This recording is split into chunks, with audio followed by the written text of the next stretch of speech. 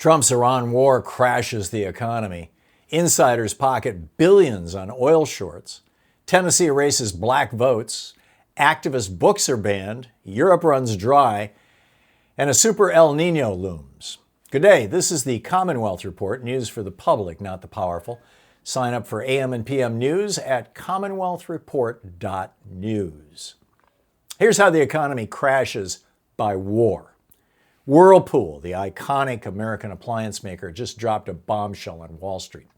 The company says Trump's war with Iran caused what it calls a recession-level industry decline. CEO Mark Bitzer told investors the only comparable downturn in living memory was the 2008 financial crisis. Appliance demand dropped 7.4% in the first quarter. In March alone, demand cratered 10%. Consumer confidence has collapsed. Whirlpool slashed its profit forecast in half, suspended its dividend, and hiked prices 10% in April. Shares dropped 20% in pre-market trading. And Whirlpool isn't some scrappy startup. They make 80% of their appliances right here in the United States. If a domestic giant with the political wind at its back is getting clobbered, what's coming for everyone else?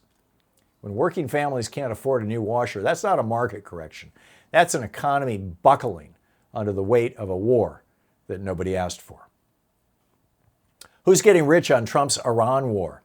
Now here's where the story gets sickening.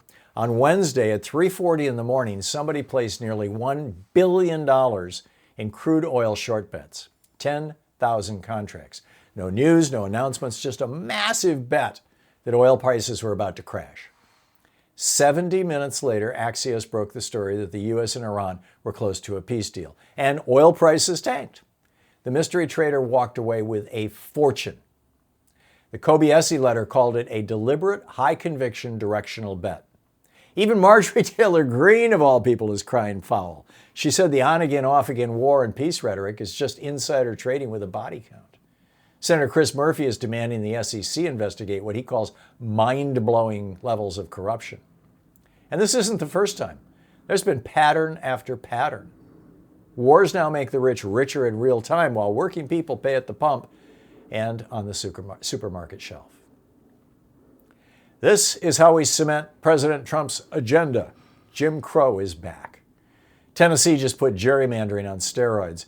Republican leadership unveiled a new congressional map that would split Memphis, a majority black city of over 1 million people, into 3 different districts. The lone Democratic seat in the state, held by Steve Cohen, would simply vanish. The new 9th district would stretch nearly 300 miles from Memphis up toward Nashville. Senator Marsha Blackburn, who's running for governor, said it's, quote, essential to cement President Trump's agenda and the golden age of America, end quote. Right. Trump himself personally pressured the state leaders to draw the new maps after the Supreme Court gutted the Voting Rights Act last week. The Tennessee House passed it Thursday afternoon as protesters shouted, "No Jim Crow," outside the chamber. Siku Franklin of the NAACP called the move black vote dilution at an industrial scale. This is what happens when the high court rolls back civil rights. Democracy doesn't die in darkness anymore. They're killing it in broad daylight. Why are they banning books about activism? A new PEN America report just dropped, and it's a gut punch. Bans on nonfiction books in American schools doubled over the last academic year.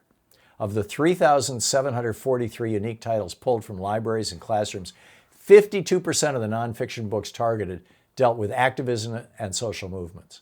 Books about the Stonewall riots, books about women's marches, books about black history, books about civil rights. They're being yanked off shelves at an industrial pace.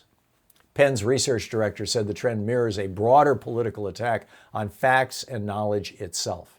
Sexual education books also doubled as a category. The report points out the obvious. The crackdown lines up perfectly with the federal government's escalating war on free speech. When you tell kids they can't read about people who fought for justice, you try to raise a generation that doesn't even know justice is possible. That's not parenting. That's authoritarianism with a library card. Europe runs dry on jet fuel as the war drags on. Europe is sleepwalking into a summer travel disaster. The International Travel Agency says jet fuel inventories at Amsterdam, Rotterdam, and Antwerp have crashed 50% since the war began in February. Goldman Sachs estimates Europe will fall below the critical 23-day shortage threshold by June. Middle Eastern refineries used to supply 75% of Europe's jet fuel. Now production is, in the IEA's chief's words, basically zero. Transvia, Ryanair, and Voltia have all already started canceling flights. Kerosene prices have more than doubled. And here's the global ripple effect that matters most. American carriers just hiked baggage fees because their fuel costs jumped billions. Delta says it's eating a $2 billion fuel hit just for this quarter. The Strait of Hormuz remains effectively closed. So when politicians shrug off Trump's war as something happening over there, remember that your summer vacation, your airfare, and your everyday prices are all paying the bill.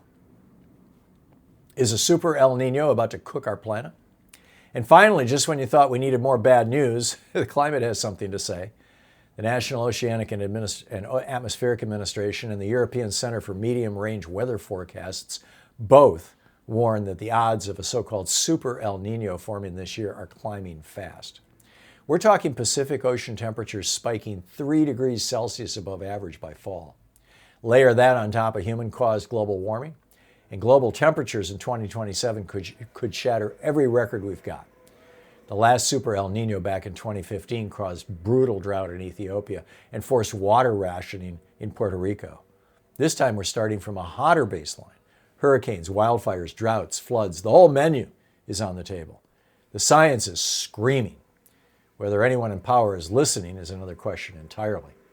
Take care of each other out there because nobody's coming to save us but us. And that's the way it is today, Thursday, May 7th, 2026. I'm Thom Hartmann.